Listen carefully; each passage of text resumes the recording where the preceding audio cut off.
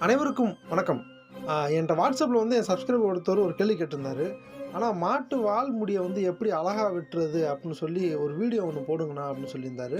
நான் அவருக்கு வந்து அதிலேயே ரிப்ளை பண்ணியிருந்தேன். இருந்தாலும் வந்து இத வந்து நான் தெளிவா ஒரு வீடியோவா போடணும் அப்படின்னு வந்து ஆசைப்படுறேன்.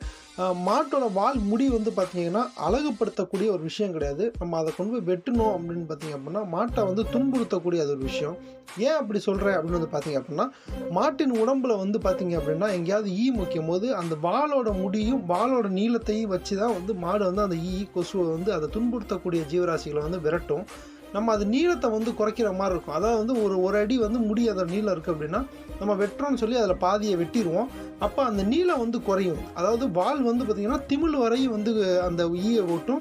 திமிலுக்கு முன்னாடி இருக்க பகுதிய வந்து பார்த்தீங்க அப்படின்னா, மாடு வந்து தன் நாக்காலேயோ, அந்த முகத்தாலேயோ வந்து அத ஓட்டும். நம்ம வந்து அத வெட்டக்கூடியனால, அதனால வந்து சரியா ஓட்ட முடியாம மாடு கஷ்டப்படும். நன்றி, வணக்கம்.